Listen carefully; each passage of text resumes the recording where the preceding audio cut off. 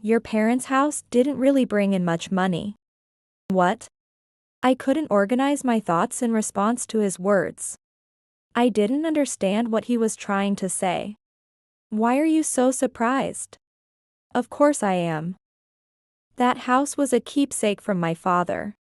Nobody's living there anyway. What's wrong with me making good use of it? I felt angry at my too selfish husband, but he continued. Also, I bought a luxury condo for my mom with that money. Are you kidding?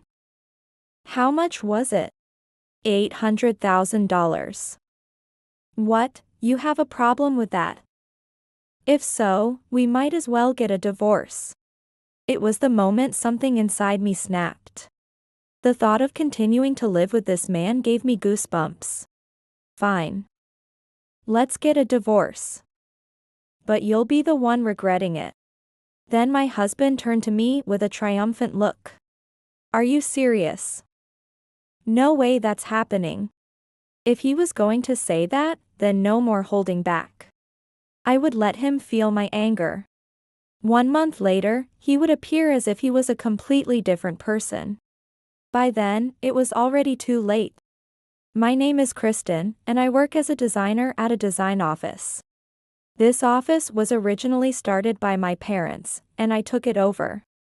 I want you to take over the company. What? When my mother passed away from a stroke, my father, who had been devoted to his work, suddenly said that to me. In part, he was also a well-known designer. I feel bad about it, but ever since your mother passed, I've lost my drive. If you say so, you'll do fine. Losing a partner of nearly 40 years, it was perhaps natural to feel that way. That's how I decided to take over the company. The only regret I might have about my mother was that I couldn't get married while she was alive. Sorry. I have a job to request? Yes. What would it be? My encounter with Nathan, my husband, was through business transactions. Working at an advertising agency, he would regularly request work from me, deepening our relationship. Nathan. What kind of requests do you have today? Well, it's not about work today. What? Would you go out with me? I promise you won't regret it. Honestly, I was very hesitant to accept this proposal. All the men I had dated were terribly irresponsible with money. It seemed fine at the beginning, but the more we dated, the more apparent it became. That's why I was hesitant. Is that a no? Well, my father's presence pushed me hesitant back. I wanted to show him the bridal look I couldn't show my mother. It was also because I was turning 33 that year, and I felt the pressure. If you're okay with me. And so we started dating. If it turned out to be a mistake, I could always break up. That's what I thought at first. But before I knew it, we were married. The sofa is starting to fall apart. Oh. But it's still usable, isn't it? Let's keep it. Really? Then let's do that. It'd be a waste to throw it away. Nathan was a man who rarely spent money. He rarely bought anything beyond the bare necessities. However, that was part of a certain plan he had. 2 years into our marriage, on my birthday, a phone call suddenly ended our happy time. Is Dad okay? I guess I pushed myself too hard. This is no time to laugh. My father had collapsed at home and was taken to the hospital, lying in bed there. The cause was lung cancer. Parents are supposed to leave this world before their children, but I wasn't prepared for that. I didn't think it would get this bad. How bad is it? Then he looked down and fell silent. Seeing this, I understood. His condition was not good, and the moment was approaching fast. Why didn't you get checked earlier? It got bad right after you got married. And I didn't want to trouble you during your newlywed phase. Your mother would have done the same. Hearing those words, I struggled desperately to hold back my tears. I decided to go home for a while. I'm home. Welcome back. Where have you been? I was surprised you weren't at home. I remembered I hadn't informed him. Sorry. I just went to the hospital. Hospital. Did you hurt yourself? No, it's not that. I told him about my father's condition. He listened seriously to the story. I thought he was as shocked as I was to hear about my father's condition. However, after I finished speaking, he seemed to smile smugly for a moment. At the time, I thought I might have seen it wrong because it happened in an instant. I lost my father when I started working, so I understand how you feel. Yeah. Thank you. For now, let's do what we can. Right. If I keep grieving, it would only worry him too. A husband who cared so much wouldn't just laugh. From then on, he seemed to be even more considerate of both my father and me. And I felt a bit saved from my sunken heart. However, this conversation started to make him even more stringent about money. This dress seems to be fraying. Maybe it's time to replace it. What? It's still wearable. Don't say wasteful things. Oh, right. What are you doing? Come on, be more careful. I hadn't expected such a harsh rejection. And this was just the beginning. What are you doing? Huh? Suddenly hearing his voice from behind. I turned around to see my husband standing there with an angry expression. Why are you doing such wasteful things? But this is trash? What? It's still usable. What I had thrown away was the scraps from cooking vegetables. He was telling me to pick them out of the trash. Haven't you been taught not to waste food? Maybe, but this is. No excuses. I didn't understand why he was going to such lengths. In the end, I was forced by him to cook with those vegetable scraps. However, he did not touch the meal at all once it was made. Aren't you eating? You think I can eat that? You made it, so you eat all of it. If I even tried to leave a little, he would get angry again. It was a constant cycle. If it were just that, I might still have been able to bear it. But one day, I was shocked by his behavior. I'm home. Welcome back. He seemed to have been drinking, and was quite drunk. He was holding a bag in his hand. What's that? Curious, I asked. Huh? Oh, it's nothing. Then, he hastily hid it in his bag. Driven by curiosity, after confirming he was asleep, I checked inside the bag. Though it looked like a store bag from the outside, inside was a box for an expensive watch. I thought, even though he forces me to economize. Checking the price on my smartphone, it was easily over $10,000. I couldn't stay still and woke him up. What is it? What's this about? Did you look through it on your own? Why would this be in a store bag? Unabashed and rather defiant, my husband replied. So what? I bought it myself. You have no right to complain, do you? At that word, I couldn't back down. You make me eat garbage, yet you buy things like this for yourself? Isn't that strange? Then he became furious. Shut up. Suddenly, he pushed me. Unable to catch myself, I fell headfirst to the floor. Ouch. You fell on your own. Whether he was drunk or not didn't matter. He didn't even try to help as his wife lay on the floor, and simply went to sleep. For the first time since our marriage, I spent the night on the sofa. Unfortunately, that wasn't the end of our misfortune.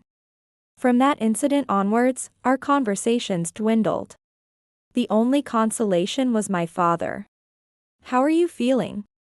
Today, I feel like I could run around. What are you saying? That's impossible, you've never been athletic. That's not true. When I was young. Oh, I see, I see. By the way, is something wrong? It seemed I couldn't hide anything from my father. I thought about telling him everything. But I wanted him to spend his remaining time without any additional worries. So, I held back. While our time might be short, I still found solace in the moments spent with him. 2 months later, my father passed away peacefully in his sleep. He passed away, huh? Yes. Are you okay? It's a bit tough right now. While looking at my father on the bed, I wondered what to do next. I had expected some comforting words from my husband, but instead he said, "It's going to get busy from here." When I looked at him, he seemed strangely enthusiastic. It didn't seem like the appropriate reaction just after someone had died. I had to ask him again. "What do you mean? What do you mean?" "With the inheritance and everything. It's going to be a lot to handle, right?" "Huh? Is that what you're thinking about now? These matters are better handled sooner rather than later." I felt foolish for having even a sliver of expectation for him. After that, I was too preoccupied with my father's funeral and other matters to pay much attention to anything else. "I'll take care of the inheritance paperwork and such." "Okay." Despite knowing what relying on him might entail, it was too late by the time I realized. "What? What's up? Why has the family home been changed to joint ownership? It's better that way, right? It'll be safer in case something happens to you." "That's not the point. Don't be so angry. It's not like we're doing anything with it right away." From then on, it was like living under constant surveillance. I was always on edge. And my husband, who had always preached frugality, suddenly began indulging in luxury daily. "Why are you living so lavishly every day? Why not? What about all that talk of saving before? We don't need to do that anymore. It's almost time." Saying so, he opened a bottle of wine worth $500. At this rate, I thought our finances might collapse soon. That day, too, he brought home more luxury items. Of course, none of them were for me. "Did you buy more? What? Did you want some?" Talking with him only escalated my frustration. "Not really." Then, he dropped a bombshell. "By the way, your parents' house didn't really bring in much money." "What?" I couldn't organize my thoughts in response to his words. I didn't understand what he was trying to say. "Why are you so surprised?" I asked him right away. "Of course I am. That house was a keepsake from my father. Nobody's living there anyway. What's wrong with me making good use of it? Why didn't you discuss this with me?" "I don't have to.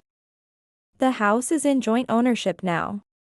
Indeed, if the house was in joint ownership, he could sell it without my consent. But this wasn't just about that. My husband showed no sincerity at all.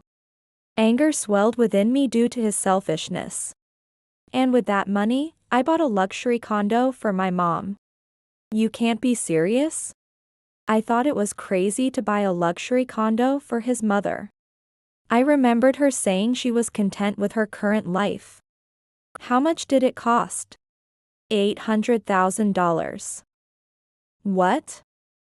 Do you have a problem with that? If so, we might as well get divorced." "Are you serious?" No point lying about it. It was the moment something inside me snapped. The thought of continuing to live with this man made my skin crawl. "I understand. Let's get divorced. But remember, you're the one who will regret this." Then my husband turns his triumphant face to me. "Are you serious? There's no way that could be true." And seizing the moment, I decided to ask something that had been on my mind. "Since I'm leaving anyway, there's something I want to ask." "Sure, ask me anything." Nathan was oddly proud, his expression growing increasingly distasteful to me as I looked at him. What was the point of saving so much in the beginning? "Oh, that? I wanted to make sure my mother could live comfortably. So I was saving money for her. It appeared he was being sincere. But honestly, I didn't want to do that. It turned out your father wasn't as wealthy as I thought. I clenched my fist so tightly at his words, I wanted to punch him, but I restrained myself. Nathan continued speaking. Otherwise, why would I have married someone like you? So you were after the money? Yeah. I figured if I pretended not to care about money, someone like you would easily be deceived. His words were a bitter truth. My past struggles with money seemed to align perfectly with his manipulative plans. It was infuriating. I then realized something else. And the sudden spending spree? Right. Since your dad was going to pass away soon, I thought there was no need to save anymore. The inheritance turned out to be nothing much, but thankfully there was the house. You were foolish to agree to joint ownership. At this point, holding back was unnecessary. Be ready to face my anger head-on. I quickly prepared to leave the house. Having sold my family home, I had no place to return to and decided to stay at my office temporarily. Hello? About a week after I left home, I called someone I needed to talk to. Oh, Kristen. What's up? Sorry to call out of the blue. Have you heard from Nathan about the luxury condo? Luxury condo? What's that? You haven't heard? No. I was surprised that Nathan hadn't informed her. I sensed an opportunity. Actually, I went on to explain everything to my mother-in-law in detail. Before I knew it, more than an hour had passed on the phone. That boy? I'm sorry, Kristen. I had no idea it would come to this. We were never wealthy to begin with. It seemed Nathan had always wanted to provide comfort for his parents since childhood. After his father died, all his efforts had turned towards his mother. However, that didn't excuse his actions. Even so, there are right and wrong ways to do things. So, Kristen, do what you must. Are you sure? That could affect you. It's fine. A child's responsibility is also a parent's. It's better to wake him up for once. It will be tough on you, Kristen. Please don't worry. Actually, this is something I need to settle myself with. I was going to take revenge regardless of her consent. But now I thought I could do it without any worries. Moreover, Nathan had forgotten something crucial. A month later, Nathan appeared as if he were a completely different person. That day, as usual, I was at my office working. Hey. What's the meaning of this?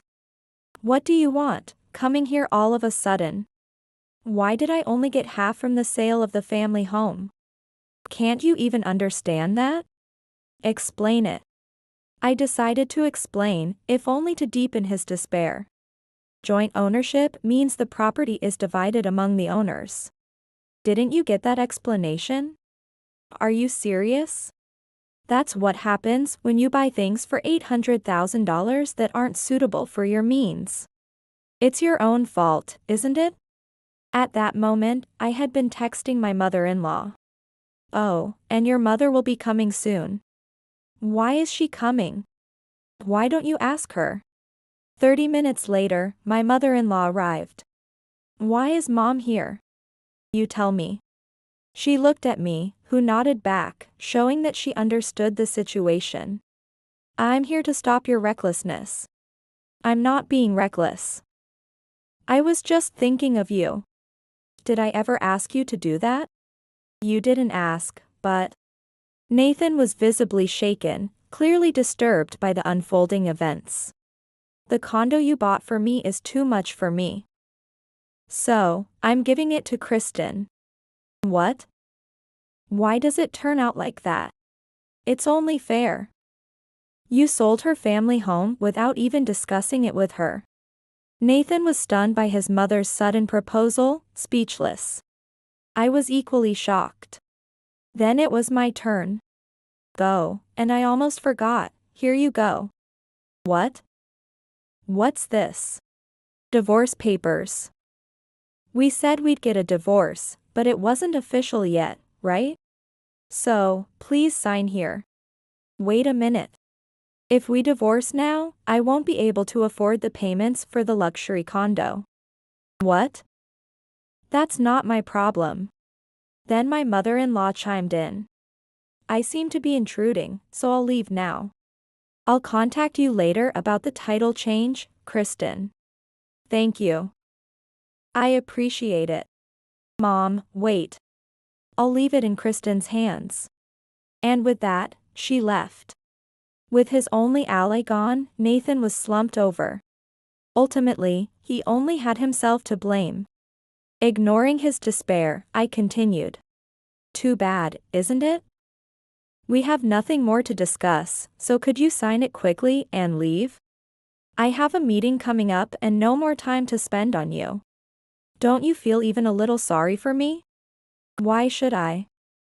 I'm the victim here. Then Nathan, looking almost tearful, pleaded. I'll go bankrupt like this. Can't you help me out just a little? What are you talking about now? Absolutely not, even if my life depended on it. I'm sorry for everything I've done, please. I'm sorry, but I can't stand to look at you even for a second. If you keep this up, I'll just call my lawyer, okay? No matter how desperate he became, I was not going to extend a helping hand. This was his punishment. Is there really no chance?